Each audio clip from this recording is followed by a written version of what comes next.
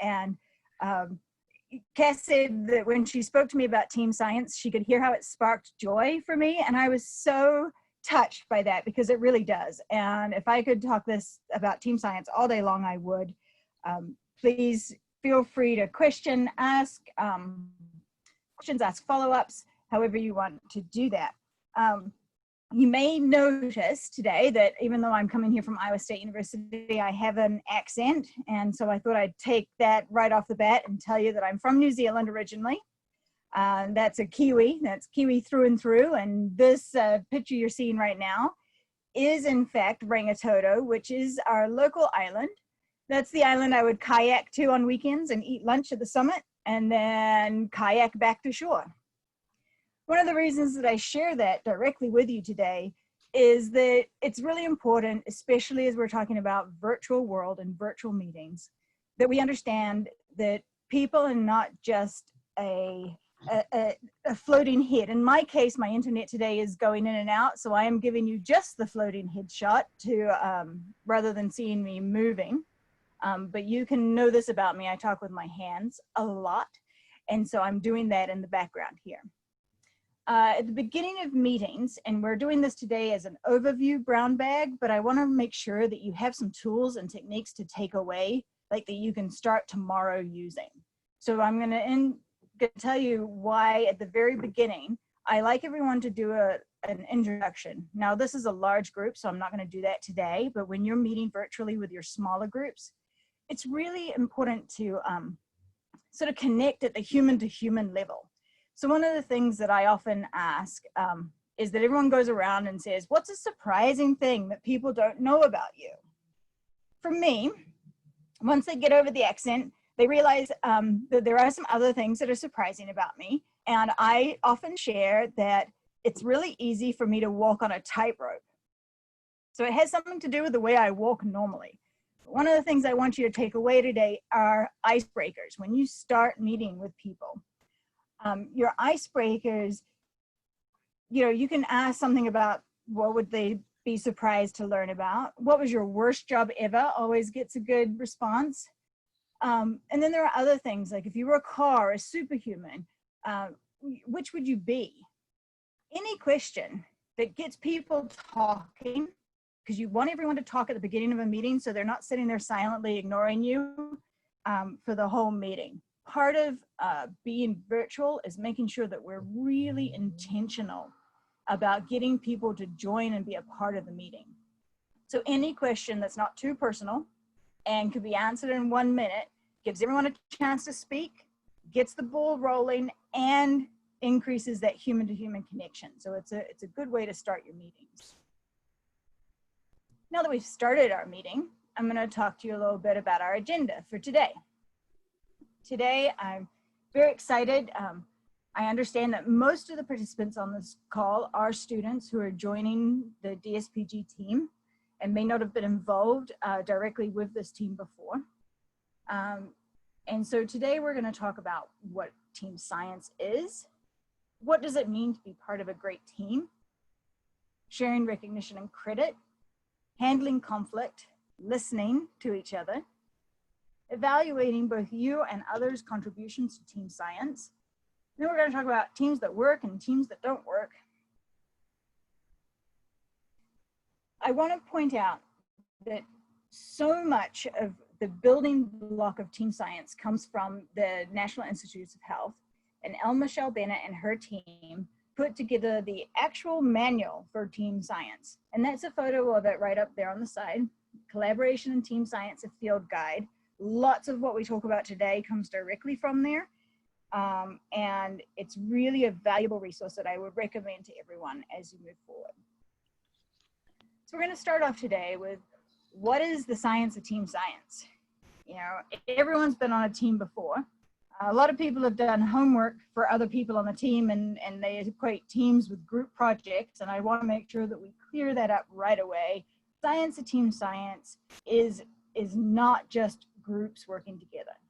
It's really looking to understand the characteristics, the dynamics that make a team succeed.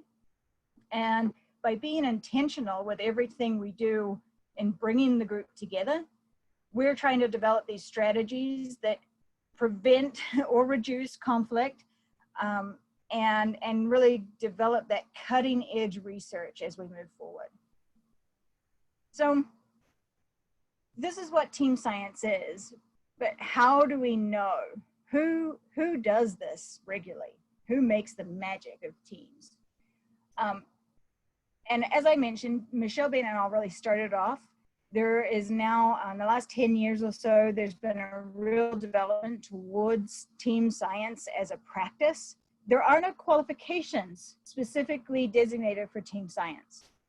So what that means is that it's something that you infuse, you dive into on your own, but there isn't a class that you can take that says, yes, I've done that, check. Algebra 1, check. Algebra 2, check.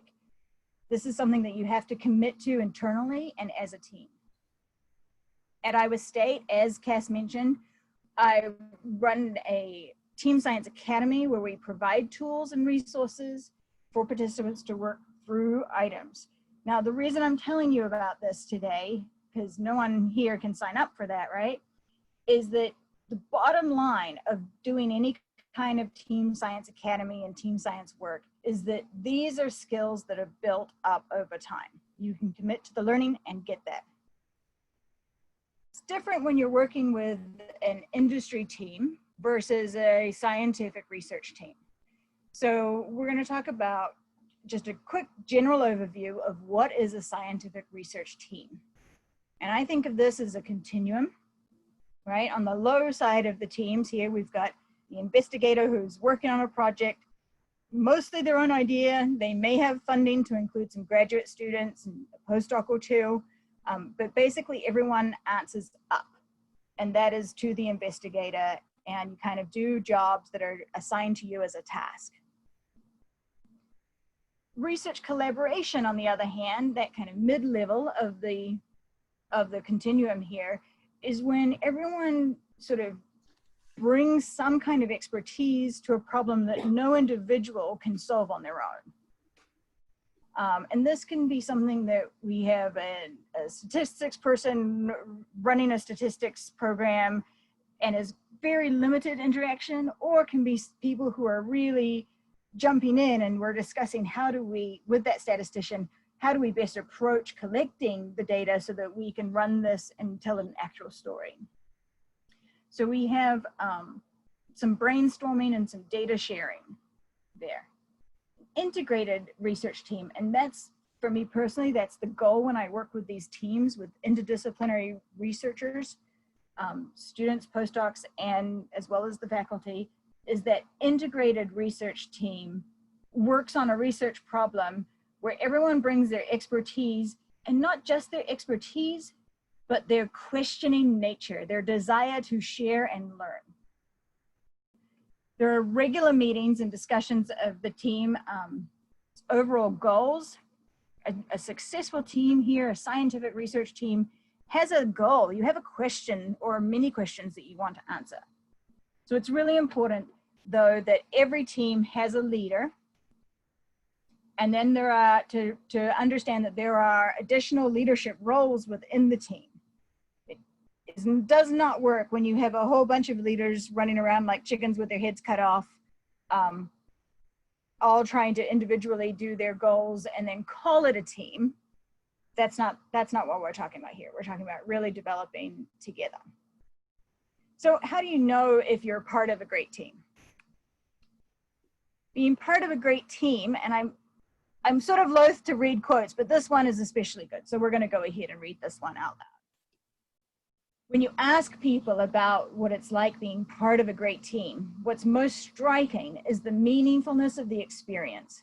People talk about being part of something larger than themselves, of being connected and being generative. It becomes quite clear that for many, their experiences as part of truly great teams stand out as singular periods of life lived to the fullest. Some spend the rest of their lives looking for ways to recapture that spirit. And I would say that after you've worked on a really great team, it's looking to recapture that spirit, but it's also applying the lessons you've learned from working with one team to working with your next team. So that's where, as students, it comes in a lot. where you can take these lessons learned and make everything else that you touch a greater likelihood of success in the future. Being part of a great team means that you have some expectations. You have absolute right to expect your team leaders to communicate the vision of the team. What is your overall goal? Why are you here? What are you trying to achieve? It's your leader's responsibility to build that scientific and personal trust amongst the team members. I call that a psychological safe space. You guys may have heard that term used before, but really, you're not memorizing facts here with this team, right? You're doing research, it's cutting edge, you're breaking through. You cannot do that if you're not in a space where you can make mistakes, where you can ask for help. So building that scientific and personal trust is vital for a good team leader. A good team leader also is going to provide a conduit to leadership at the university.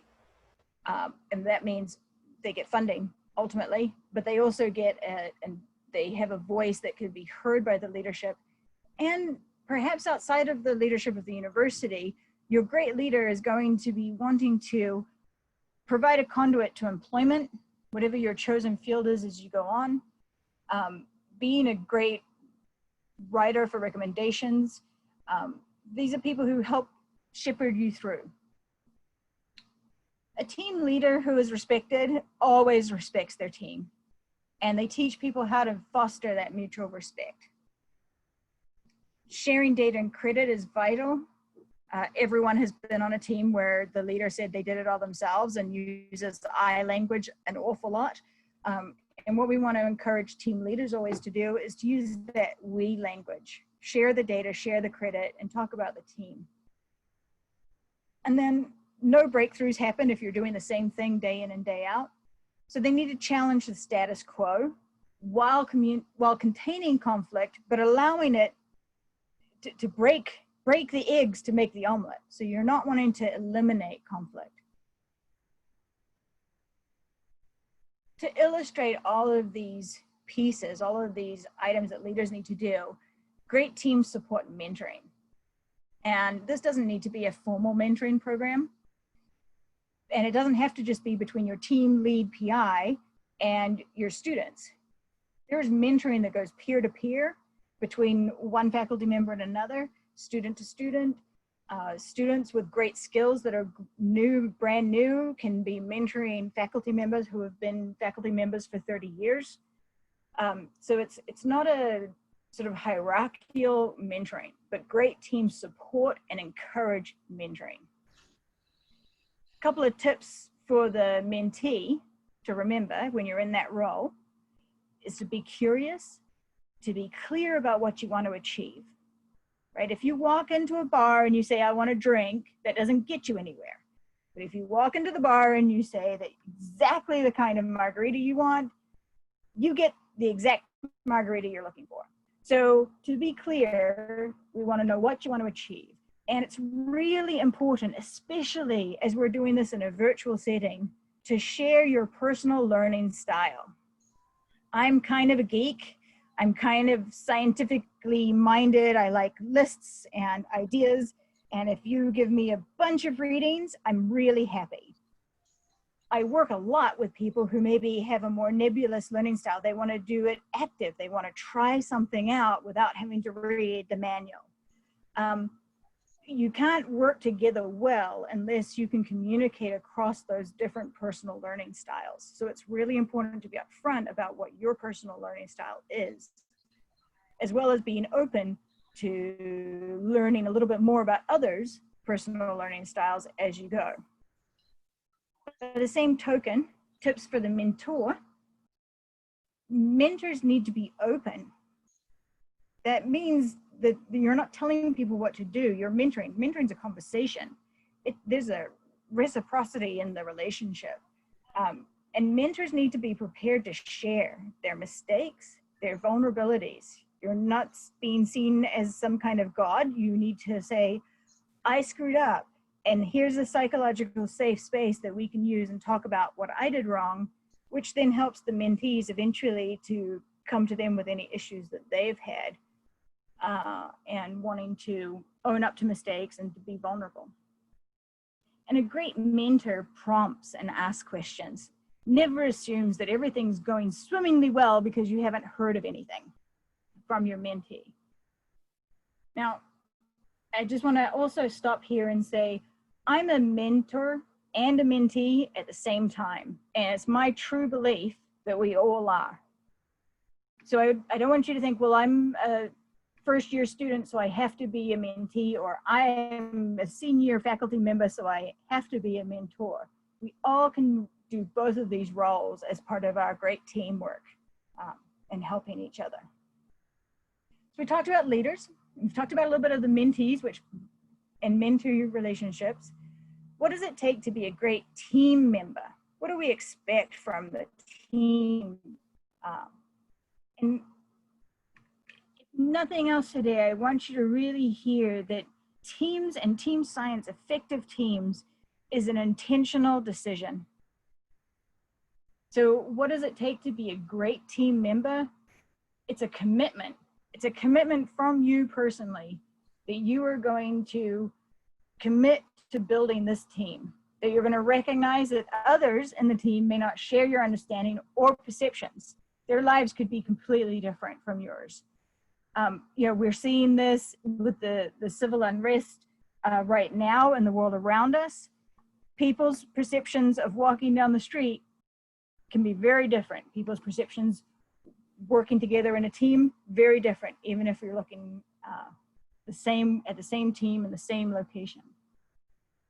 What I want to make sure that we understand is that the differences do not have to threaten your identity or relationships. So if a faculty member brings a new student aboard because they say they're so wonderful, I respect them so much, they're great to work with, in no way does that mean that they are saying they're better than you, or that they think that you're not quite so good to work with.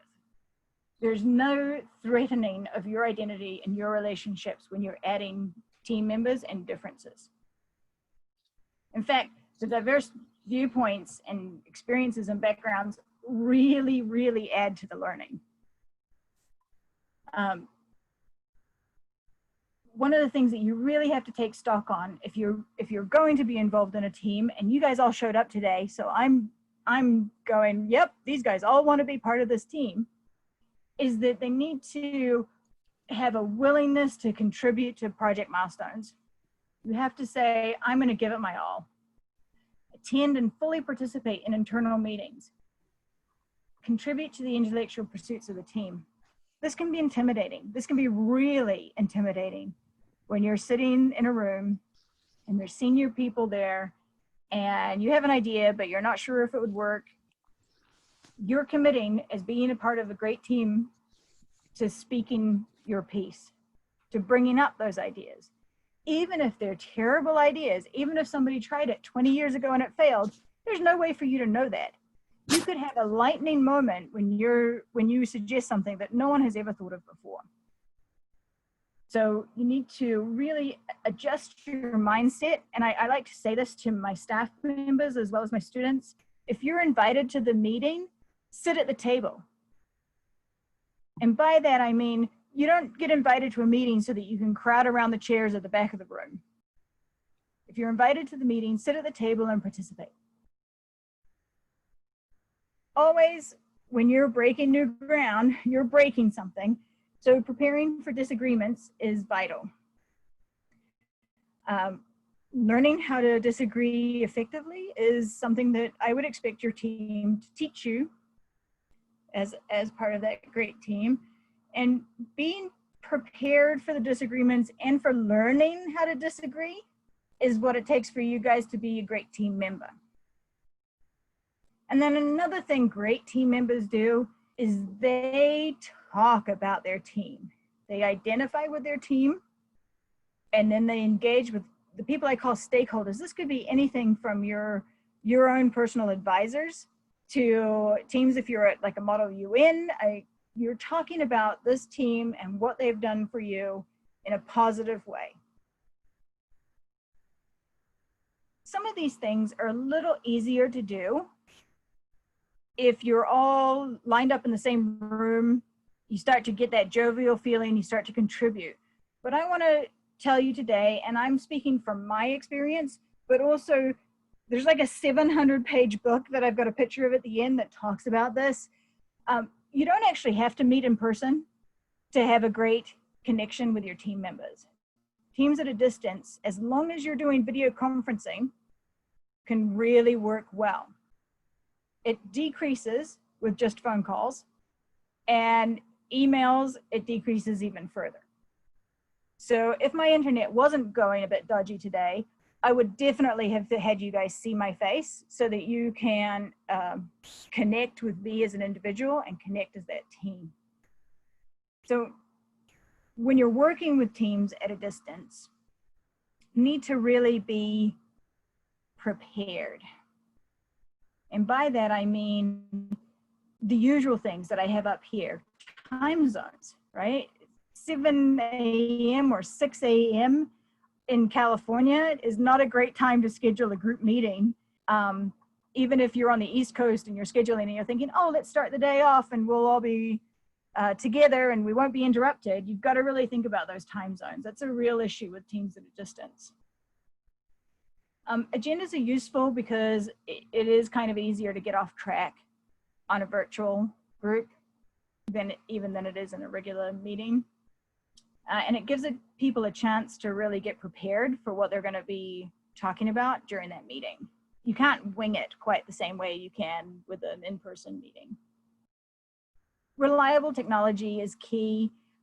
All great teams make sure that their team members have access to what they need. It doesn't mean everybody gets a brand new giant laptop, but it does mean that you ensure that everyone has access to that reliable technology in a timely way. If the student doesn't have access to a building after, say, 5 o'clock, don't schedule a meeting at 6 that they would need the internet in that building for. And then today it was great. Our example today is this is the first brown bag, and we had 2 different Zoom connections that we had going, and we've all got to the same place because we've exercised patience, we've worked together, and we've got through it all. So keep that kind of feeling of being in this together and exercising patience, even if somebody starts breaking up or accidentally links to a different Zoom call or any of those kinds of pieces. I'm going to take a swig of my Coca-Cola now, and I'll be right back. Excellent. Okay. The next piece here is to be clear. Now, we all understand that there are some times where culture, language, there are things that we can identify clearly as barriers. But I want you to think about when you speak the same language and there are barriers to clarity that you may not even have thought about before. So I'm going to tell you a story here. I love to use stories as part of our work. And so the story is this. There's a professor, and this professor has emailed 2 of his students, and the professor says, there's a dead mouse in the lab. Can you take care of it? So both students say, oh, absolutely. They've understood very clearly what's going on. They understand what's being asked of them, and they've both said yes. So the next morning, they both arrive at the lab to deal with the dead mouse. One of the students holds up the batteries that they've bought for the mouse, and one of the students holds up a bag with some Clorox wipes so that they can get rid of the dead animal that they are expecting to find in the lab. Both of those students were correct. They both had to deal with a dead mouse. They agreed with the professor, but they came to very, very different conclusions. So we want to make sure that when we're being clear, that we're also having people repeat back to us and we're going to talk about this a little bit more later, so that we really aren't all just nodding along and agreeing to completely different things. And so then the follow-up is especially important for both the dead mouse and especially in a virtual environment. I encourage people to put a sticky note, either actual post-it notes near their computer or something that you keep going live on your computer all the time, where you can put questions as they come up. Because you're not just walking down the hallway and saying, oh, can you look at this? This is weird. And getting someone's opinion right away. You have to remember all the way from Thursday till Tuesday at 10 a.m. when you have a meeting, what your questions are.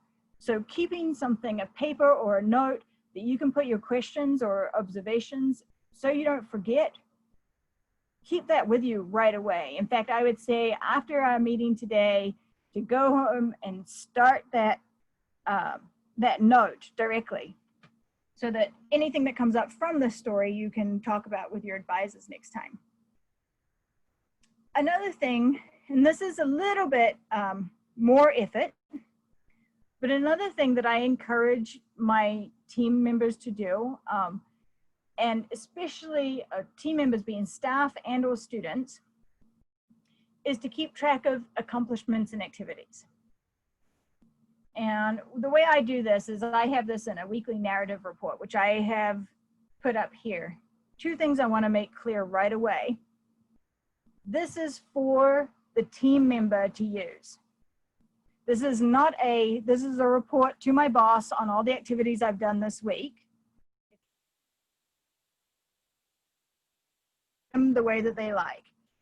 But this is the kind of thing that good teams, great teams, they have you reflect frequently on your work and your activities. And so this weekly activity report is for you. It's for when you track your accomplishments, you leave feeling confident and motivated. And this is something that I've done. This looks formal, but it's actually treated in a very informal way. And I'm not recommending necessarily that you guys go out and do this today with your team, but I want to give you a tool that you can think about using when you're, on Friday afternoons or whenever your week ends, that you can think about yourselves. Is what were some of these projects, assignments that you finished this week? How is it important? Remember, great teams lead towards that vision and goals together. So you need to understand, what was it about the work you did this week that was important to getting to our goals? Vitally for your development and for sharing later, if and when you choose to, is what are the skills you learned this week? Is this the first time that you've been using our studio and you actually got something to work? What are the challenges that you overcame and issues that you solved this week? I always like people to keep track of the good feedback. So often we get 3 months into it and I don't even know, or used to not even know, that this person has had great feedback from 3 or 4 different sources that I want to celebrate. Teams celebrate each other's successes. So keeping track of the good feedback that you received, you can also use this as a way to review your work later on. And you're like, oh yeah, I've been appreciated. Excellent teams appreciate each other. And you should, at an individual level, keep track of that. It's good for you in the long term to always keep track of the good feedback you receive. And I know here that you can also include some constructive feedback you receive. I once shut down someone in the middle of a presentation because they asked a question I didn't know the answer to. I did not handle it well.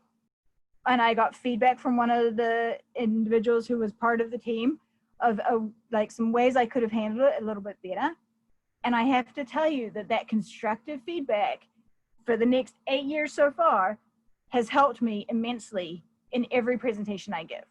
Because not only am I prepared for those sort of off the wall interruptions, but I know that I have the confidence and the tools to answer some of those questions without it just going blank and screwing up. So I like to keep track of the constructive feedback too.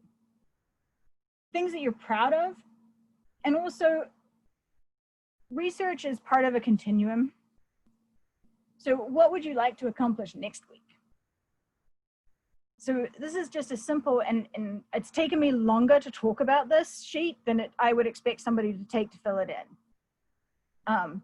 So this is just a way to say, what would you like to accomplish next week? You can review it again next week and see how you did against your goals. You have kept track of what you've done. This is ultimately useful to you in the long term when you go to do performance reviews as well, because you won't have to think, what did I do in the last 6 months or year? You actually have kind of weekly updates and you're like, oh yeah, I did that. Oh yeah, I did that. Oh yeah, we did that. So that's where I encourage you to kind of keep track at a weekly level. So while you're keeping track of your activities and accomplishments, a great team will also teach you more about sharing recognition and credit. This is vital for teams, and this is one of the main implosion points for teams, is where recognition and credit are not figured out ahead of time and are not reaching the expectations of the individuals. So we want to make sure in this, when we're being intentional, when we're using the science of team science, that we are thinking ahead of time about how do we share recognition?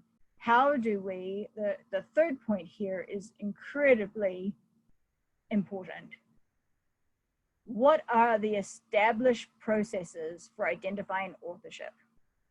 And realistically, I would want all of the students on the call to understand where they would be in authorship so that there are no conflicts later on. And I've had faculty members at groups who I encourage to identify authorship if they work together, who've almost come to blows over these things. So it can be difficult, but it's really useful because you know exactly ahead of time where you're going to appear in authorship. And this is incredibly important when we go from bringing people in one discipline where kind of the conventions are all accepted, and we move to that interdisciplinary groups where people come from different parts of campus where the author conventions may be different. So I encourage you to talk about that, and also to always identify team members and acknowledge their contributions when you're in public. So after sharing recognition and credit plans are underway, we also need to think about handling conflict. And here I have handling conflict even. I have two pictures because I couldn't decide which one I like more, because the canoe, right, you're basically disagreeing, but you actually can't go anywhere because you're trying to go in two different directions. And the little people underneath here are at that full screaming match part. So we don't want to get to that part with our team at any point. So it's really important to have an idea of how you're going to handle conflict before you're swirled up into the middle of the maelstrom. So you want to, and I would encourage all of these things. I'm doing this as an overview, so all of these things could have an additional like half hour each. But the understanding the culture and the context of your conflict, thinking about how the emotions are brought into it, expressing them and hearing these emotions can help lift barriers to resolution. Looking for hidden meanings means like looking beneath the surface. Is this because of, are there goals that this person has that aren't being met? That we're talking about, you know, cleaning dishes in a lab, but really we're talking about this person feels like they're not heard in any kind of conversation ever. So you're not really arguing about the beakers, you're arguing about something more substantive. And all of these conflicts have lots of different parts, and we can't cover all the different parts today, but I'm going to dive a little bit into listening. So listening, right? What not to do. Sometimes it's easier to define things by what not to do than at first. It's really important that when you're listening to your team members, you're not trying to solve their problems immediately. You're not questioning on them on what did you do wrong, or decide that you know the issue and how to fix it before you've even heard the rest of the problem. And truly it is, people want to say that they understand the problem because it's happened to them before. And advice from experience can be very valuable. But when someone's actually explaining to you something that they have a conflict with, you want to make sure that you're not dismissing them by saying, oh, that happened to me once. So this is listening. This is what not to do. But so that you have these tools to go home with and use right away, I want to talk about effective listening. Effective listening means visibly tuning in. In real life, when we're speaking to each other, we would face others directly, adopt an open posture, make eye contact, like show them that they're the focus here of tuning in. And really online, hearing that typing in the background is a sign that someone's not tuning into you. And then you want to listen actively. Focus on the person speaking. Don't be thinking about what you're going to say to reply. Just concentrate on what they're saying and hear them. And then listening accurately. Paraphrasing others' points to ensure that you understand. And then if something is unclear, ask for more information. Again, paraphrasing and asking for more information, wouldn't that have helped the mice people? We would know if they were talking about bringing batteries or bags for dead bodies if they had paraphrased it back to them. Oh, okay, there's a dead mouse and you want me to clean it up. Is there a rule for animal disposal? Would have been a big hint that we weren't on the same page at that point. And then listening for meaning. Restate the issue, not repeat, but restate the issue and request feedback on your understanding so that you're giving the meaning and not parroting back any issues. There are lots of ways that we can practice this. And one of the things that I really love about virtual meetings and Zoom is that you can do these Zoom breakout rooms where you can practice some of these active listening pieces. So that really helps. So then we've talked through some of the conflict, the meanings of what makes a great team leader, what makes a great team member, and we want to evaluate what those contributions are to team science. And evaluating the contributions to team science is really saying, and here I have researchers, but I want you to know that you can say researcher, staff, students. To me, students are researchers here, so I'm not limiting that to faculty. But what is that person's role in driving the project forward? Are you leading or helping?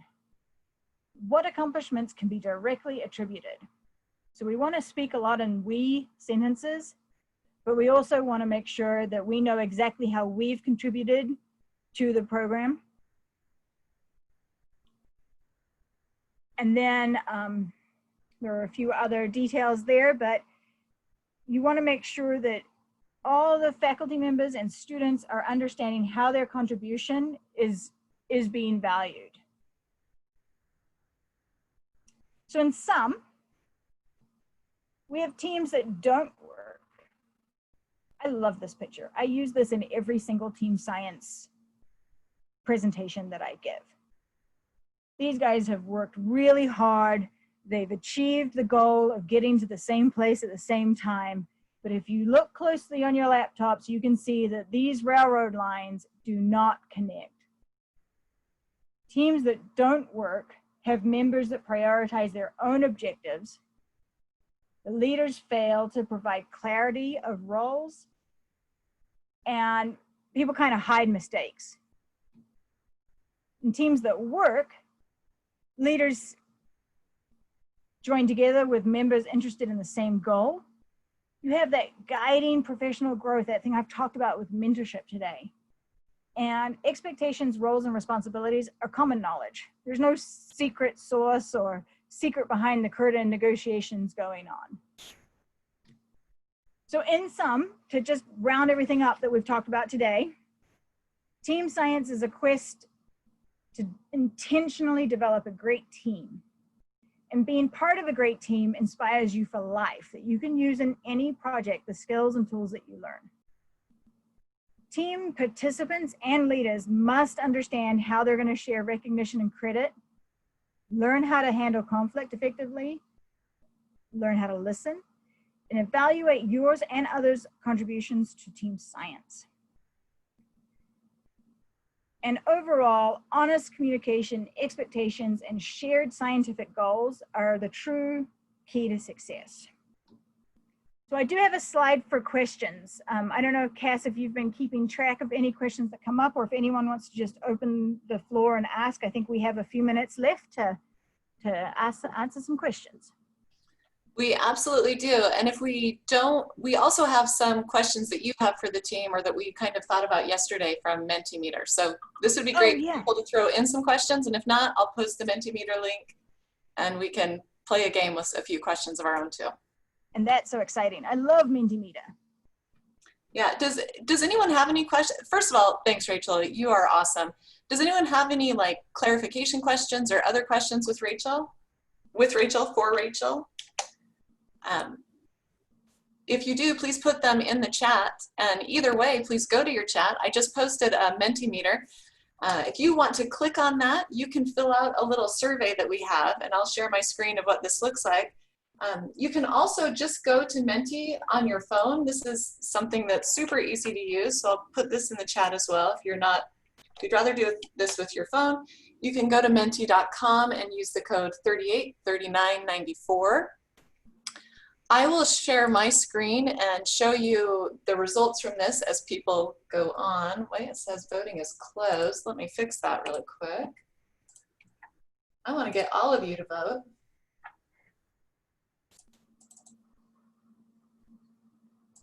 Okay, so we should be able, okay, no? Okay, so if you can go to this Menti and plug it in, we will be able to look at our results.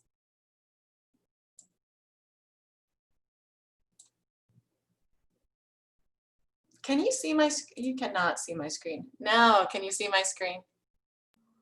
Yes.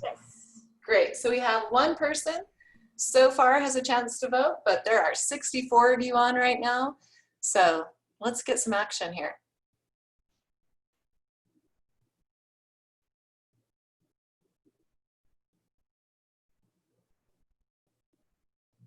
For those of you, I'm just going to talk for a minute while you're filling this out.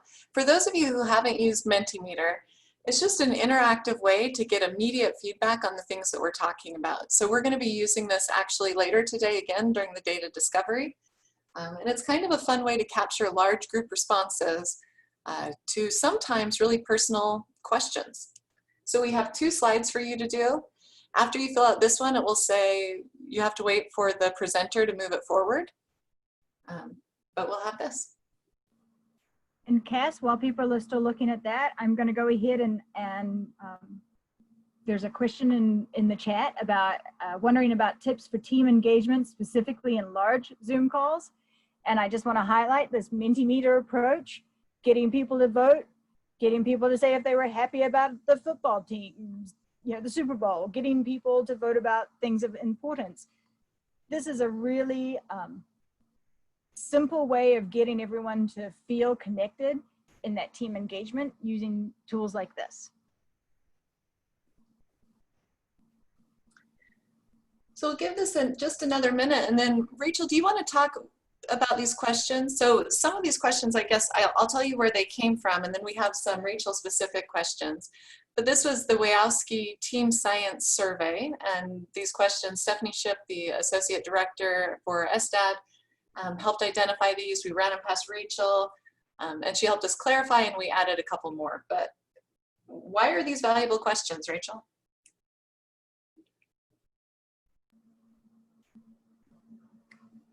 These are great questions because we want to make sure that two things. We want to make sure that we're thinking about this intentionally, right, as we go through. And this helps us to really identify what those sort of nebulous notions that I've been talking about, how does this apply in a real short sentence?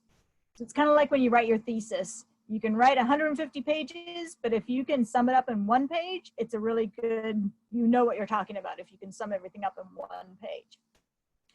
Well, these are taking all of that nebulous ideas and saying, how can we apply this in a way that is a kind of a yes or no, or continuum here from poor to excellent, so that we know a couple of things. We know where we start, and we can keep track of this over time. And 3 months from now, we can do this again, and we can see where we've improved and where the next time we do this, where we're going to need to concentrate a little more. So it helps us to develop. Part of any successful team is the goal to be a more successful team. How do we learn how to do that? How do we learn to communicate better? How do we learn to train people to learn more?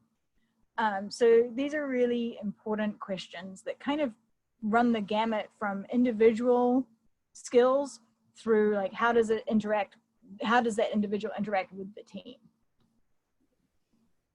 One thing I'll point out is we see that, you know, the responses here went from 0, I don't at all know how to handle this, to a lot of people felt really confident.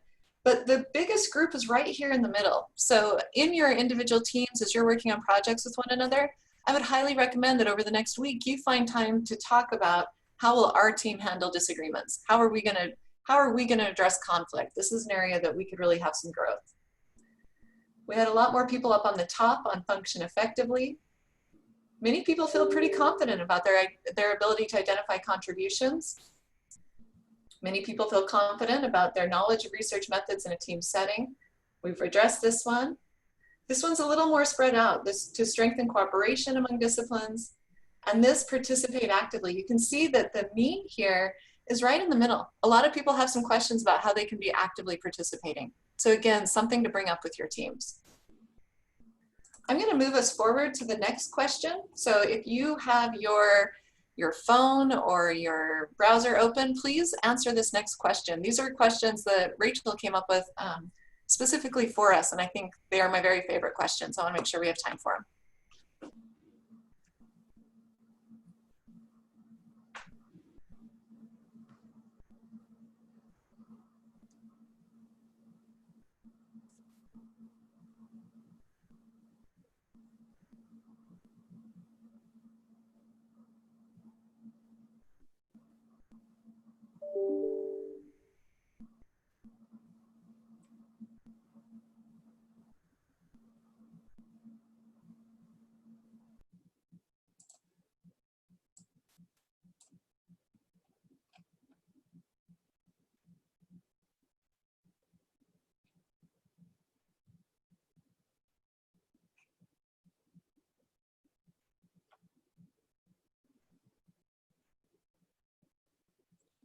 Rachel, while we're waiting for just another minute for this to finish, there's an awesome question in chat about disagreements that maybe you could tackle for us.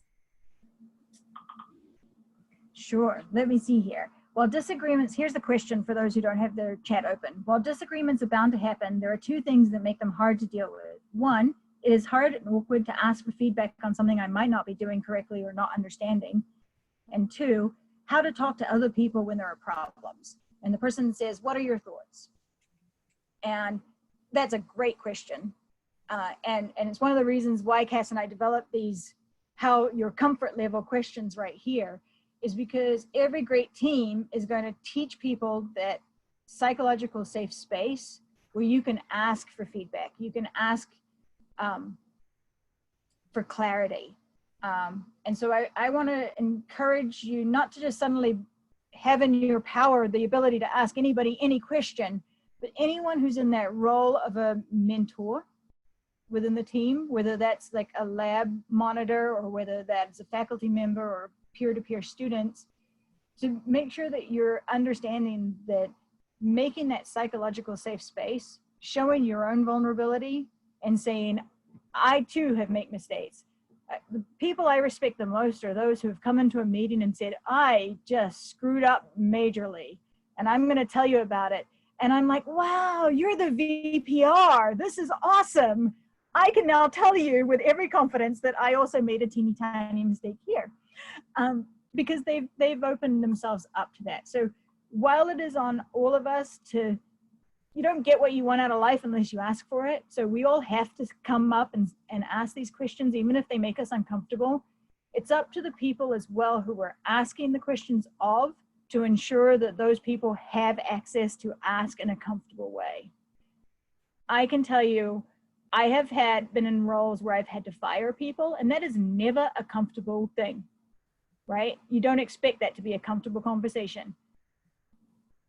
But you can do it in a way that respects the individual, is open to them being on a human-to-human scale. And I think that with our research, we just have to remember that we're all humans. We all make mistakes. And the biggest issues, the people that lose their funding and get barred from doing funding in the future, are those who hide the mistakes. So we need to be open and share the mistakes and questions with each other.